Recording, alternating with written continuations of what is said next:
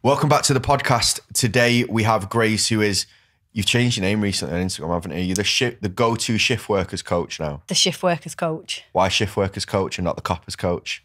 Because I coach not just coppers, shift workers, and it's a little bit more catchy when people see it, because the main thing that coppers struggle with is shifts and the shift work. So they'll see it and they'll be like, oh, what's this? Follow. And you get it anyway. Yeah. See, opening up the niche. I like it. Grace is one of the coaches on our program as well. Very recently, like month. It's only been since the start of the year, hasn't it? Yeah, literally a month. Everything goes so hectic that sometimes I lose track of time. But the most interesting thing for me about Grace, because obviously I don't know many of them, is that she was an ex-copper. Not like she didn't get kicked out or anything. Like it was. Didn't get sacked. It was your own choice, correct? It was. All right, so we can talk about it then. Yeah. You're not like wrapped up in injunctions. No. Nah, you never know, because I know a copper that like got pushed out. Like, well, I don't know him. It does happen. Personally. It does happen. Some people thought I'd gone undercover when I left. We had a rumour when I was a kid that one of the blokes that lived on our street was an undercover copper. But then my mum would be like, well, don't say anything, because if he is an undercover copper, you'll ruin it. I'm like, I'm sure he's not undercover for Debbie down the road. Like, they won't put someone on his street. I'm sure he works a fair bit away. Yeah. Do they do that? Do they make sure that, like, if you go undercover, do you have to work in like a different city? Yeah, you have to. So you couldn't work where you lived, or like in the surrounding areas. You'd have to work like London or somewhere that was. They try and do that when you're a school teacher, so you don't bump into the kids at Asda and they're like, well, yeah. Sir, you go shopping. I'm like, I am a human being. I do need to eat. Like, don't you just fall asleep in school and wake up in the morning ready to go? Like, no, funny enough, we have a life. To be fair though, if you just like a response copper, they do put you like quite close. I don't know what the different kinds of coppers are, so run me through. Obviously, like your response coppers are like the 999 on the beat. You ring 999, they'll go to your call. Oh, your bog standard dibble. Yeah. Yeah, right. Pretty much. Yeah. Can we have a counter for every time I call him a different name? I'll see how many we can get through. And then obviously you've got like the different specialist roles, but like undercover cops, they'll go and work somewhere that nobody knows, and for obvious reasons. Yeah, that's mad. But then, how did you get into that? Obviously you applied, but like, why did you apply? Did you always want to be a grass, or was it just? Pretty much, yeah. Not a grass, but were you that kid in school that like told on people? You know? No, like, do you know what got me like interested in it was like watching all the TV programs. I know that sounds well cliched, but I loved like watching The Bill, Cracker, or like. I don't remember Cracker. How old are you? 31. 35. Maybe just. I remember The Bill. I used to enjoy The Bill. And I think I was like a little bit fascinated by it, like, and Miami then Vice. You what? Was it Miami Vice? Is that what? No, I never watched that one. Did you not? No. And then you've been disappointed, to be fair, working in like Manchester if you'd have watched Miami Vice and wanted to be a policeman. Yeah, I can imagine. But yeah, so went to uni, did a degree in criminology, and then it just kind of led me on that path. Left uni, but they weren't recruiting like the police. Remember when they had that big, massive? Well, you might not know because you don't. No, I do. Yeah, like they literally chopped all the jobs. So at the time, there were nothing really for me to do. So I just went and worked in kids' homes. And then eventually I just got to this point where I was like, don't really know where this is going. Don't really want to manage a kids' home because the stress was just enough doing the shift. For sure. And then my sister just sent me an application form. She was like, you've been wanting to do that for ages, go for it. So I applied for it while I was on shift and just literally got the job pretty much. Obviously it's a process. Yeah. But and then, just ended up. What's the process? Did they being a grass? I was going to say, did they send you off to grass school? Yeah. What's the process when you do it then? Do you get put with? Do you have to do one? You have to be one of those like fake coppers first, and they put you with a real one, and like you walk around with them. The specials. There was a point where so that's you tried what we to did. make it a point that like you could only be a. I tell you what, like I'd never qualify to be a copper anyway. But the PCSO must be the absolute worst bit of it because like. I know you get some shit being a copper, right? At least you can fucking fill some of them in. Like, at least some of them you can slap some ankles off and rough them up. If you're a PCSO, you get all of the shit, but absolutely fucking none of the power. You've got no power You're just whatsoever. walking around with a massive sign on saying, fucking take advantage of me. There's nothing I can do. Pretty much, yeah. I'm not lying No, though. Every time that we is used true. to say, I generally look at them now. I don't know why I still check if people are coppers or not, because I don't do anything wrong. But like when I see a copper on the street, I always check them like, oh, it's only a PCSO. He's got blue on him. He's got blue. Oh, is it that easy to tell? I used to have to look at the sign on the back, and now my eyes are getting worse now. So if you look at the hat, if they're wearing a hat, they'll have a blue strip that goes around so it. if you blew out, you're a shit house. Yeah, There's pretty nothing much. you can do. But then specials, they're hobby bobbies, they call them. Right. So they basically There's another one. they basically do it in the spare time, but a lot of them are doing it so they can get a full-time job. And are you a real copper or a fake copper at that So you've point? got power of arrest, you've got handcuffs, but you don't so get you can paid. fill people in then. You don't get paid For for free? it. Yeah, you do it for free. I bet there's some fucking absolute wrongins that do that, don't they? They just want a fucking power. I bet they're the ones that pull you over for being in a bus lane and shit like that. A lot of them are blokes that are trying to get in because there's a lot of positive discrimination in the police. So if you're gay, female, or like, you know, part of an ethnic minority or something like that, it's quite easy to get into the police. Right. But like, you know, a bloke that's 25, a white male, would struggle more to get into the police. So they tend to go down the special route, get their experience, and then they can get into the job a lot easier. Cool. So it's like, yeah, I'm not even going to go down the thought process I was going to go down there. So they do that first and they do it for free, and then they go, right, if you're any good. Yeah, or they might do they like job assess them, or do they just pick them out and be like, we've got this quota this month that we can allow 3 of you in, so which one is it? Or they might just be like, sack that, I'm not doing it. Yeah, so what's the training like? We'll get onto fitness and coaching eventually, I promise. But so the training, it's different for all forces. Some of them do like residential, which I think they should do. Yeah. Because is that where like proper like... Well, it filter out all the flipping people that are coming through at the minute that are, you know, like all the things that you're seeing on the news at the minute, all the police officers that are slipping through the vetting system. If you're in-house and you're seeing those people face to face every day, you can spot the people that are wrong uns, can't you? A lot easier than the people that are turning up, doing 8 hours, going home, and God knows what they're getting up to. Is it hard, the training? You know, when the residential one especially, like, do they put you through it? Because I think sometimes, like, you see people's true colours when you graft them. You know, if you put like, I've never done army selection, but I've done a lot of like sport camps where you do like 3 practices a day, right? And you really see who's got bottle. Like when you're doing 2 a days and you're battered and you've got to get up at 5 in the morning and go out for a run, like you see who's got a bit about them.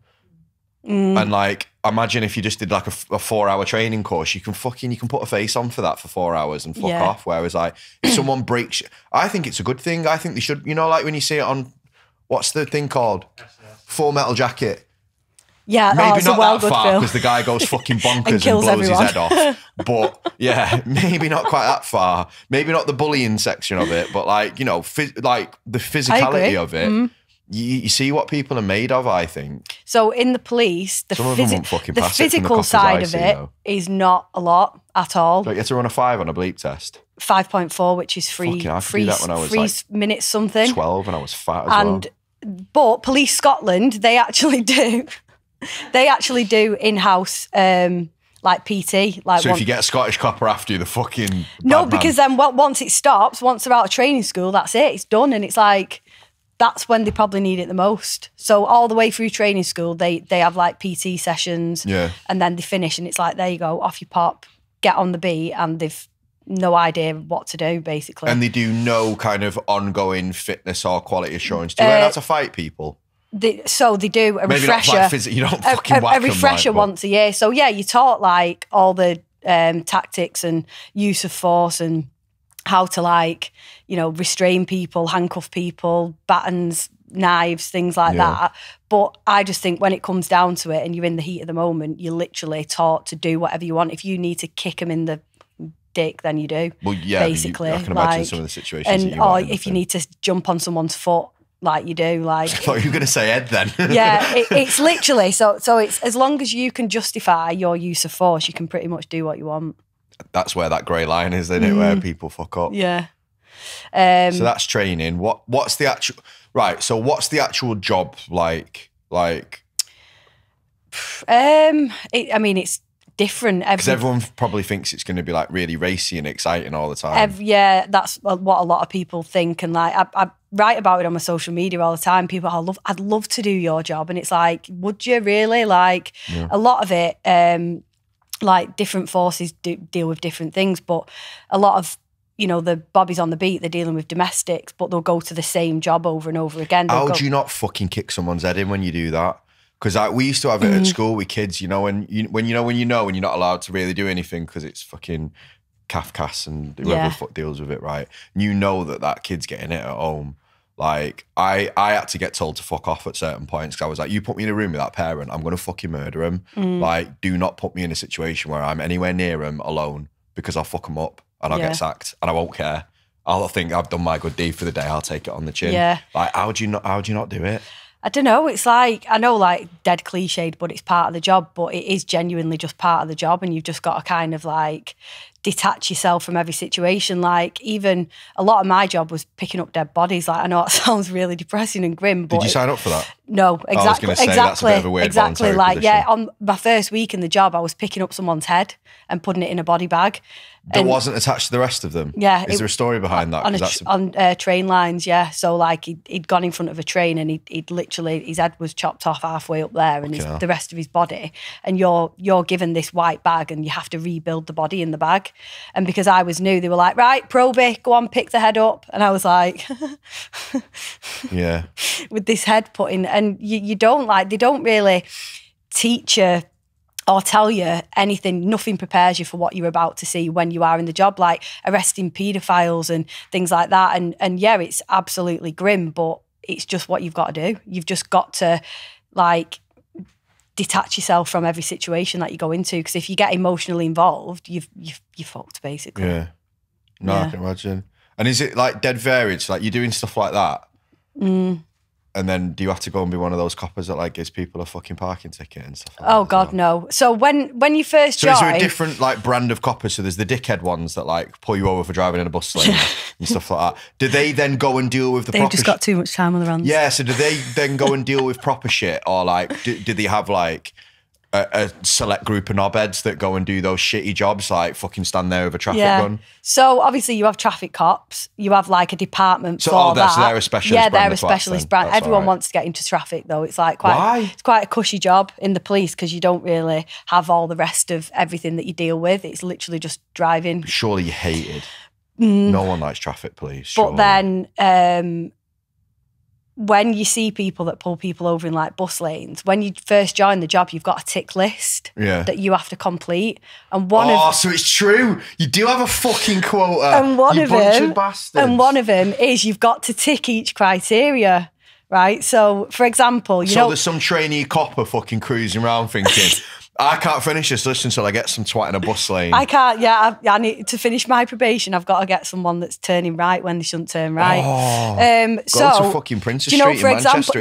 Right. So do you know where Piccadilly train station is? Yeah, right. Because they've changed all of that, and you can actually, there's one road that you can get caught in a mousetrap. If you go down that road, driving down a bus lane to get out of it, there's only one way out. Fairfield Street, you can't turn right. So that's where like city centre bobbies, they'd probably park up there with their probie, waiting for someone to turn right and then stop them. But you don't have to do them. You don't have to you can just be like, words of guidance or things like that. But as long as you've pulled that person over, you've ran them through PNC, it's a tick box, right? Yeah, you've signed that bit off.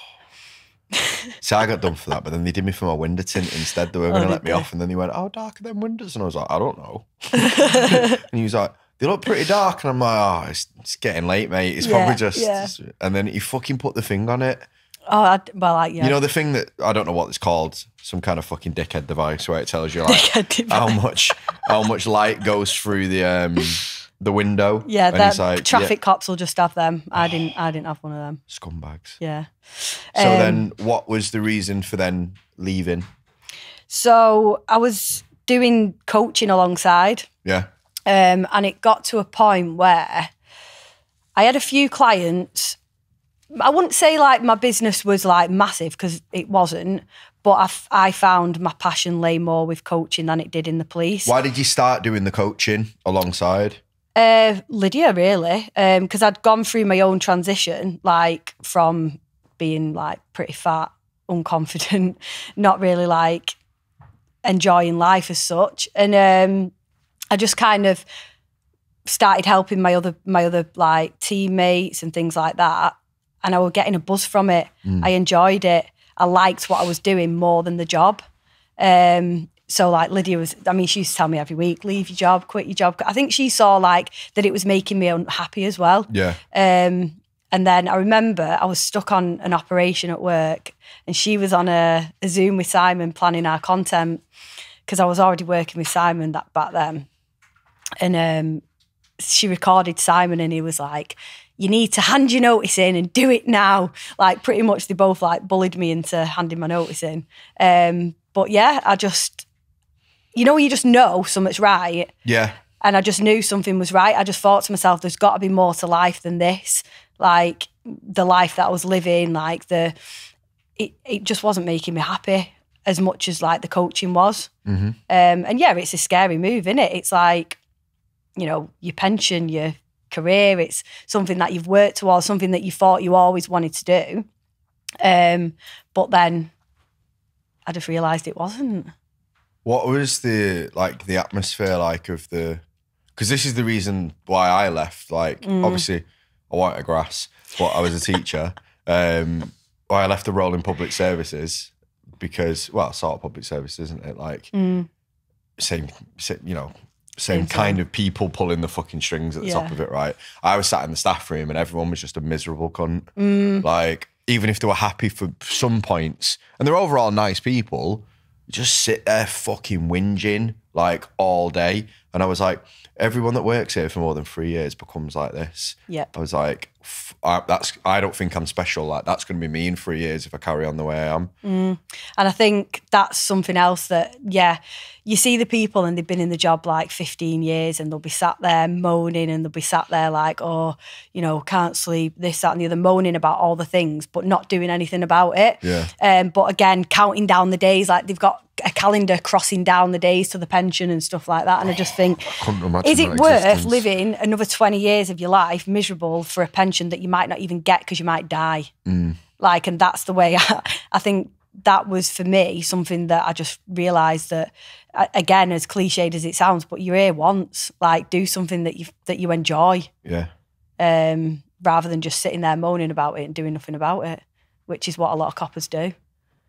I think a lot of people do that. Yeah, a lot of people, but yeah, the morale, it depends. If you've got a good team, like I was quite lucky. I like the two people that, like, they're still my best mates now. They're on your wavelength, like they're just the same person as you. So we used to have a laugh, like we did used to have a laugh, but then if they were off, it was like fucking hell, depression session. Like, I'm stuck with him today, like driving around with someone really miserable. But I'd say 70% of the people are miserable. That's quite a large percentage. Wonder why they're such twats then. It's probably why, isn't That's probably why. But then again, it's like, because it's feeding down from the top, like they have no say in anything.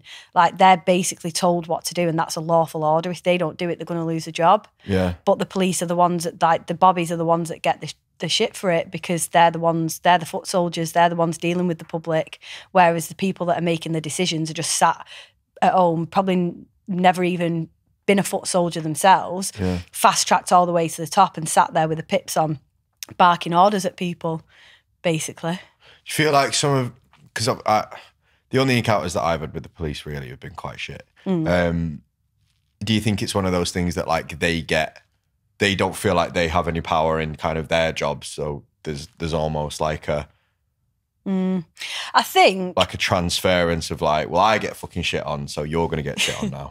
I always say there's two types of coppers.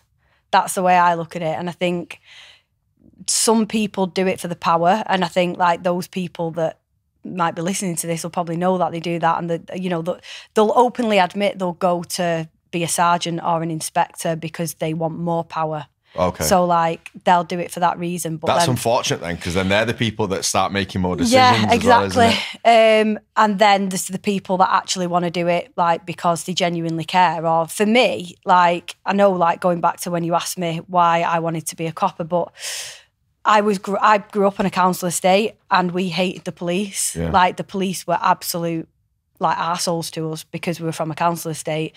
I remember walking down the street once and I had a bottle of Dr. Pepper. I'd bought vodka, but I hadn't actually brought the vodka with me to mix with the Dr. Pepper. It still had its thing on, so it hadn't even popped open. And there was this one copper, I can't remember his name, but he was like the Bobby on the beat every Friday and Saturday. And we were walking down the street in Rammy. He pulled over in his van, jumped out, give me that bottle. I was like, no. I was like, it's Dr. Pepper. And he was like, oh, cracked it open and then sniffed it and said it had vodka in it, started pouring it away. So I was like, what are you doing? He was like, one more word and you're in the back of that van. And he was like the biggest like arsehole ever. And I think I always had that perception of like the police were out to get us. And I know like it was probably a massive pipe dream, but I wanted to change that. I wanted to change people's opinion. And every single person that I used to deal with used to always say, like, you are not like the other coppers, like you actually speak to me like a human. And that's what I did, like, because at the end of the day, just because you've got a uniform on doesn't give you the right to speak to people in any other way than just being a human. Yeah. And that's, I just used to treat people with respect, and I used to get respect back as a result of that. And I think that's where a lot of police don't quite get it right. Yeah. It's a hard one, like. Yeah. It is a tough one. Like, I guess maybe they just don't get the support that they need to actually act in the right manner as well. It's just kind of they're thrown with the wolves of all the other coppers that have been doing it for the last 20 years, and they just pick up the habits, and they probably won't change until, well, ever really, because the good ones are going to leave, aren't they? We'll see what it's like. Pretty much, yeah. But I think I think it depends who you get placed with as well. It depends who's teaching you, because you get placed with a tutor as well. So, I mean, you've always got your own opinion and your own way of doing things, but sometimes you might be influenced a little bit by others. Like if you're fresh out the box and you're new in a job, and then you've got someone who's been in it in 20 years, you're naturally watching them to lead. So then, unless you hone your own craft, which you do eventually, but you'll see things and you think, well, I probably wouldn't have done that, or probably wouldn't have said that, or but that's just down to the person themselves, I suppose. Yeah, sure. What was the biggest shock factor for you then, going from working in full time, being a police officer, to being an online coach? The biggest. Did you go and work in a gym in the interim? Or yeah. Oh, did you? Yeah. Okay. So what happened was, I left my job 1st of April. The gyms didn't open till the 12th, didn't they? It was in lockdown. Oh, was this in lockdown? Okay. Yeah. But what I'd done is I'd recruited all my mates and sold them all 12-week packages to kind of like bide me some time to obviously build my business a little bit quicker. But yeah, so that's how I did it. And then I worked in a gym for 12 months. Did you work in a commercial gym or like a commercial gym? Yeah, commercial gym. How did it feel being a PT in a commercial gym? Because I know that commercial gyms in the daytime are full of criminals. Yeah, and it was funny. It was so funny. How weird was it? Because now you're behind the curtain now. Because obviously, like, you work in there as someone that works in there. Like, you know, the lads that are in there from like 11 in the morning to like 2 in the afternoon, where the mobile phones go on the side and they've all got Nokias. Yeah. What was that like? So it's quite funny actually, because did they find out you were a copper? Yeah. Did they? Yeah. Oh, so I'd left the job by the time I started, but obviously my social media, it's like you can tell I was an ex-cop. Yeah. So initially I weren't really posting that much police content. I was still like @_Grace Cowan or something, and I'd just be talking about shift work, so no one really knew I was a copper, and that's what held me back from like going full on into my niche. But then word got round, obviously, because bloody hell, you fart and someone smells it in a commercial gym, don't you? So everyone kind of like found out, and I don't know, it was weird. There was like 2 camps. There was the ones that just wouldn't speak to me, and then there was the ones that were like overly nice, because they didn't really know like how to approach me until they got to know me and realised that like I'm just a human. at You know the what end that of is? the day. That's the active criminals Yeah. and the ex-criminals Yeah. that know that they can't get nicked for what they're doing right now. Yeah, pretty much. But you see them all coming in with the burner phones and stuff like that. And like, yeah, they were the same crew every single day. Like you'd get like the mums that drop the kids off and then the 10, 11 o'clock, they'd all come in. 10 till 2s. Yeah. Yeah. And then a lad who I actually grew up with, who'd moved to like Radcliffe, he used to come in and obviously like he knew that obviously I was an ex-cop and stuff. So I think, and he was in with all the lads like doing whatever they were doing. So I think he told them, but then he, you know, probably told them I was all right. Yeah. Wear grass. Well, if you fight... Yeah, a grass is a bit of a weird word for it, isn't it? Because it's your job to find out. I think the Have way you grassed? the way I say did it you grass? is the way So, I like, if you knew stuff, did you have to go back to the police and like tell them? ignorance is bliss. So you're not a grass. That's all right. Yeah. But Well, the you way, never knew in the first place. yeah, ignorance is bliss. But yeah, the way I see it is because I'm I'm really inquisitive. Like I like asking lots of questions. And as a cop, you're basically paid to do that. Like you're paid to be nosy. Yeah. Like where else, what other job in the world can you go and do and sit and literally ask someone everything about themselves, like to the nth degree? Like you find out so much stuff. And that's what I used to find, like, because my mum used to always say it when people used to come in, she'd be like, tell her nothing, she's a copper. And like, this was when I was about 9 and I'd always be earwigging and stuff like, you know, like when adult conversations, I've just always been that way. Like, but yeah, like you basically paid to be nosy. Yeah, I can see that. Yeah. So then you said, what was your original reason then when you said you went into online coaching and you held yourself back from like posting the police content? Like, what was the thought process behind that? I think I was just scared to tell the world that I was a copper because... But you did walk around with a fucking badge and a hat on for like quite a few years. Yeah, but I didn't ever work where I lived. Yeah, okay. So it was like, I was living at Lydia's at the time, where the whole time I was a copper, we lived over like towards Liverpool way. So I never really went back to where I lived. And no one really knew what I was doing. Like I never plastered it anywhere or whatever. And at the time, if you remember lockdown, the police were like public enemy number 1. Yeah. So even more than normal. Even more than normal, yeah. So yeah, I just held myself back from it for... I honestly can't remember when the first time I was that I posted myself in my uniform, but that was when the interaction started coming. That's when. That was a really rough time, weren't it? Because obviously there was a load of decisions from the government, whether you agree or disagree. I disagree categorically. But like the police were then kind of made to enforce all that nonsense. Yeah. Were you still working when that happened? Yeah. What the fuck was that like? So I was quite... Because you're literally enforcing absolute backwards nonsense at that point, aren't you? So I was quite lucky because I weren't a Bobby on the beat at that time. Right. I'd gone working for like a task force. So task force in what? You're not allowed to say? Oh, you don't want to say? I'd rather not, yeah. But so I didn't have to deal with any of that. Yeah. I just like, a lot of what I did was like safeguarding. Okay. Yeah. So I weren't dealing with tickets and things like that. Can you imagine having to like go to someone's fucking garden party and fine them? Yeah. And then you get we pay your fucking wages, we pay you with taxpayers' money. They had a point at that point though. I mean, it doesn't directly work that way clearly, but that was bad. Yeah. I wouldn't have wanted to do that. I wouldn't have wanted to be part of that. Did anyone refuse to do it? Again, it was down to your discretion. Okay.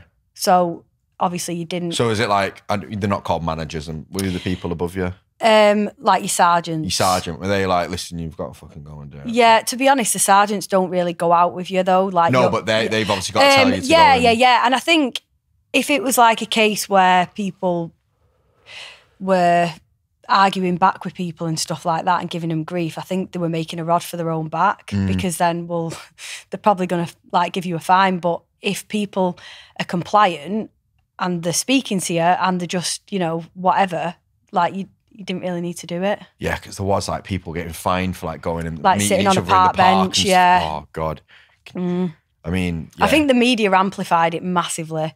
And again, that just like Yeah, tarnished. because that's like one isolated thing, like Yeah. in the whole country, for example. But it'd be front page news everywhere, wouldn't it? Yeah, and I think that's the issue, like with the police force. Like, yeah, there's loads of stuff that goes on, and there's loads of things that like are probably wrong with it. But there's so many like acts of like humanity that police officers do that gets just completely forgotten You're about. like goalkeepers, really, aren't you? Yeah, I mean, obviously, I prefer goalkeepers, but like, you make the saves, no one says fuck all. Yeah, like goalkeeper pretty makes much, 9 yeah. saves in a match, fuck all. Yeah. But someone goes through the legs, they're like, dickhead. Yeah, pretty much. Yeah, and I think that's what people don't see. They don't, because nobody's gonna like shout about it, are they? No one's gonna. Like, just jobbing it. Yeah, that's it. But as soon as like they put one foot wrong, it's like coming down on them like a ton of bricks. Yeah, I mean, it is a position where you kind of take. You know that when you're going into it, Yeah, and like, I think a no lot. one's gonna thank you for fuck all, but as soon as you put a step wrong, completely thankless job. Yeah. Completely. Yeah. most things are like vocational art. Yeah. They're like, they enjoy it, they signed up. Yeah. Fuck them. Pretty much. And we'll pay them less as well. Yeah. So after lockdown, you started posting more about being a copper. Mm-hmm. What was the response to that? Loads of response, to be honest. So how it started was a lad who I used to work with, he added me into a Facebook group for coppers that were struggling to pass the bleep test. Fucking hell. So I've got reconstructed knees and I could fucking pass a bleep. So obviously I went in the group, introduced myself, and the group had about 1,000 followers in. Yeah. And it was like bang, bang, bang, bang, bang, bang, bang, follower, follower, follower, follower. And then it literally just like, I honestly can't even tell you how my Instagram grew. It's either from the algorithm or people recommended. Like some people will message me now and they'll say, oh, you're in my group chats. Like people are sending you around the group chats and like a funny video or something like that. But I think a lot of it's like my content being so specific, but then a lot of it's word of mouth. I don't like. Well, it's shareable. Like you do it with Yeah. a point, right? Yeah. So like, this is why specific content I think always works way better than like generic ones. Because if you do generic content, to get someone to send that to the mate or tag the mate in it and be like, look how good this is, you've got to be an absolute fucking comedian. Yeah. Like, or you've got to be so bang on the point with like, you've got to literally nail everything to the nth degree. Yeah. Whereas if you've got really specific content, yeah, you might, it's the difference, isn't it? Like you might do 1 million posts as a generic fitness coach and one might pop where you get like loads of followers from and then it'll pick up space. But if you've got very specific content, you know, in those pockets of people that really get what you're talking about, it's easier to get passed around them because it's talking about things that maybe they don't hear every single day and see every single day. And these people, obviously, they work together. They'll have group chats together, the Facebook groups, for example. So I think it's a really good example of like niche content for most people. For 90%, 95% of coaches will outperform generic content because otherwise you've got to be that 5% of people that are just really fucking good at social media to make it work. Yeah, like a comedian. No, like 100% agree with you. Like, and sometimes I'll put a video out and I'll just think that's dead basic that. But because it's hitting the spot with the people that it needs to hit the spot with and saying it in a way that they've probably not thought, it's like, oh my God, like look at me as like a savior or something because I've said something a certain way and it's just clicked with them and they've never seen it said like that before. But you'll have said it in their language as well. Yeah, so like you throughout this podcast has like used terminologies like for the police that I've never heard before. Yeah. I'm sure I've got some that you've never heard before as well. Like, but it's no, but you know, because you say it in their kind of language and internal language, unless you've been in the police or you fucking watch The Bill, like still. Yeah. Which would definitely be reruns on Dave or something like that by this point. You're not going to know that language, are you? No, so not like at all. it will resonate with them because it's almost like, you know, when you hear your own name, like you can hear it from ages away, aren't you? Like, fuck's that? Yeah. And I think it's the same with content. Like if you use the language that the people speak in, it's going to resonate more because you can't just pretend to do that, can you? You can't just like go to the YMCA shop and pick up your fucking bobby hat and it. Do you wear your actual hat? No. Is it from the YMCA shop? How funny is this? So someone actually messaged me the other day saying, how did you like get your how did you get to keep your Smuggle your uniform? hat out. I was like, that hat is Lydia's niece's fancy dress hat. It's that's where we got it from. Why do you have to wear that big fuck off hat? Just as a question, I don't know why, but that's coming. Do you know why? Right, it's so unergonomic. How are you supposed to chase a cunt with that on? Yeah, you look like a fucking bellend, and like a bobblehead trying to run up the hills. And the thing is, as well, like surely they've get, like cyclists have that fucking helmet that keeps them streamlined. Yeah, I mean, you look like a pair of twats in one of them as well, won't you, with the glasses on? But like, yeah, why do they make you wear them? It's just a sign of your uniform, innit? But you think they just give you a fucking baseball cap? Some forces do. Some forces do. Some forces are clever. Yeah. Other ones are dead traditional. Yeah, like, you're going to wear this. Is it heavy as well? I bet it's heavy.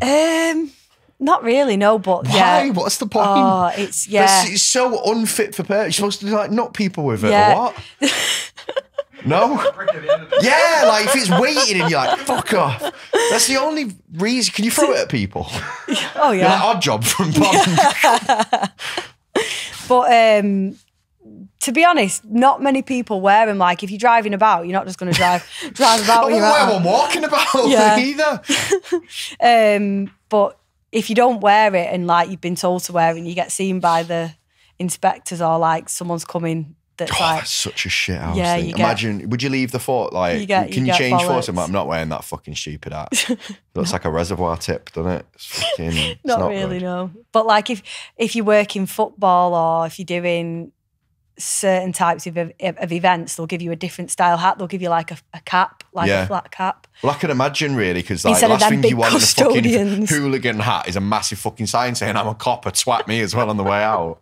It just looks so like it's not built for the job it's supposed to do. No, what is it there to do? Protect your head? Yeah, I think a lot of the uniform isn't built for what it needs to be. I think like when I was in the job, when I was a bit weightier, I split like 3 pairs of my trousers like in a roll around. Do you know, like when you... Yeah, because you think you'd give them something like this, wouldn't you? That's like a bit of like a tech pant. And again, like the firearms and specialist roles, they have like the combat pants, but the bobbies on the beat just have like a pair of normal trousers. You've heard it, they're unprotected. They're not fit for purpose. Get those and ones pretty first. much, like, I remember like being in a roll around once and I thought, what the hell was that noise? Just describe a roll around. So like people fighting. Scrap, roll around. And like trying to get people off people and my pants split. And then we're having to like go and get the CCTV footage and I'm handing it into CID with my ass out. Like surely that's the point, isn't it? Like, can I have some pants that fucking fit, please? They're just not reinforced very well at all. Yeah. So. Evidently. Yeah. So yeah, like full transitions one night coach. So the only other thing that maybe I wanted to touch on with this is like, what's the actual workload like compared? Because I think we have a lot of like young online coaches that come in and we're like, this job's well hard. And I'm thinking, no, it's fucking not. Yeah. Like, in comparison, obviously, it's totally different, innit? Like, I worked in the police, I could work anywhere between 40 to 70 hours a week. And now, some of my weeks can be like heavy, but you manage your time. As long as you manage your time well and you know what you're doing on every single day, then you can run your business properly. But I think what people struggle with is they don't plan anything and they just walk around with their head in the clouds going, oh, I've got this big, massive to-do list and I don't know how to do it. I think 70 hours a week as an online coach is a very, very different 70 hours a week to working an actual job where someone's got the fucking whip at your back. Like, you done that paperwork yet? Have you done this yet? Is that done yet? Interviewing and wresling with people. Yeah, definitely. I mean, I never wrestled with people when I was a teacher. To be fair, like you would split like the year 11s up. The year 7s, they just let them knock themselves out. Just let them. You know, because you can't really hit each other. They're like fucking babies, aren't they? So, because you do, right? If you break year 7, I was saying this, I played basketball with some of the lads I used to work with. Year 7s and 8s, right? They're just, the fannies, they can't fight. So like, if you split them up, all they're going to do is try and fight each other 5 minutes later in someone else's classroom. So what you've got to do is just let them start crying, because eventually they'll get that tired and the emotions will get that better of them that they'll just, unless they're like one of them massive ones, and then you think, fuck me, like, this kid's going to fill this one in. Most of the time, they're just prepubescent babies that are just, you can't even punch yet. They're like fucking just grabbing each other and like giving them a dig in the side. You just let them have it for a little bit. Like give them a little bit so one of them's won. Yeah. Because there needs to be a winner or else they're just going to do it again. Do it again. Wait till one like starts crying, because they never hurt each other. It's just the emotions get the better of them. Year 11s now, though, like, they're big, aren't they? Like 15, 16-year-olds. So you have to actually get in the middle of them because they'll knock lumps out of each other. Yeah. And a lot of them are carrying weapons now as well. Yeah, we didn't really have... To be fair, when I taught in Ashton, there was like... It was more of that. When I was younger, like when I was at school, we... It weren't really like that when I was younger to be either. fair, I got in trouble for having a snapped off chair leg in my bag once, but... Yeah, I've heard about this. Yeah, that was it was a reason. But I got it in school, so it wasn't exactly like I brought a weapon in school. I found a weapon in school. But yeah, when I was teaching in Ashton, like there was a lot of like confiscating knives off kids, and kids that you wouldn't even think had knives either. No. Like, why have you got a knife? And they're like, don't know. Don't know. Protection. Like, what do you mean you don't know? And like, I don't know. Other people have knives. And I'm like, yeah. It doesn't mean you have to have one. About, well, why would I want them to have one and me not to have one? I'm like, it's kind of got a point, really. Yeah. A lot of people think that saying for protection is actually a defence, but it's not. If they're carrying it, a lot of them will think, oh, well, I'm doing it. What if you've got a woggle and a tie? Woggle. Can you have a penknife? You have a Davy Crockett one, with a fucking... So if you're carrying somewhere and your intention is to not use like it, I'm trying to get people off sentences for knife crime. No, this is quite interesting. I remember learning this like when I was doing my training. So if I'm walking down the street with a pen in my hand, a biro, but my intention is to use that to protect myself if someone was coming at me, then that's classed as a weapon. Really? Yeah. But if you're just walking down the road with a pen in your bag, as if your intent's there to use it and you tell the police that, or like whatever, then that's classed as an offence. Right. Then same goes with like hairspray, a brush, anything. So if you intend to use it. If I've got an off-road car, like a Range Rover, for example. Yeah. And hypothetically, I have an extendable metal spring-loaded pole that helps me walk when my knees are bad in the glove box. Allegedly, this is a hypothetical situation, right? Yeah. Is what happens if I get pulled over? Is it? I technically do have bad knees. It's like, it's very similar to what you would call a cosh, but it's not a cosh, it's a walking aid. Is it actually, so the way that they classify is it, if it's made to cause harm, then it's an offensive weapon? No, on the box it had a person walking with it. Right, well no. And I ordered it from TikTok shop. I mean, hypothetically, as ordered it from as long TikTok as it's shop. so for example, like a knuckle duster. Yeah, it is what it is. Paperweight. It is what it is. Paperweight. Yeah, paperweight. It's a replica paperweight. That's actually made to cause harm to someone, so you've got no defence with that. If you're caught with that, it's But there's no other alternative use. But if it's something, unless you were like tenderising meat, if you're a butcher, could you get away with it? No. So if that is categorically only made and made for one reason and one reason only. A bit like drugs, really. Like if it can be a prescription, then you can kind of get away with having some on you, provided you've got a prescription. If you've got a prescription. Nobody has cocaine given to them by the doctor. Like if you've got cocaine on you, it's there for one reason only. Pretty much, yeah. So same with weapons. If it's formally made as a weapon. You bang to rights, basically. So Bowie but knives, they can also be adapted to make them into a weapon. So if you like buy something and you put like spikes on it or something like that, that would then become like Louboutins. Yeah, pretty much. Yeah. I didn't get like in a bar once because I had him, and he was like, "You're not getting in." I was like, "Why not?" He was like, "You got spikes on your shoes." I was like, "Oh, I never thought of using that as a weapon." Cheers, mate. Yeah. What a great idea. Next time I'm in trouble, they're made out of fucking plastic anyway. To be fair, most girls' shoes these days could be made into a weapon. Yeah. Especially if they're like those spy ones, you click the back of them, knife comes out. You ever find anyone with them? Nope. Didn't really deal with like high-end criminals. So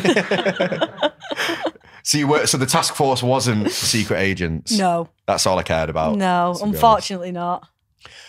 Right, well, thank you very much. I've ruined this whole podcast by just asking you questions about being a copper.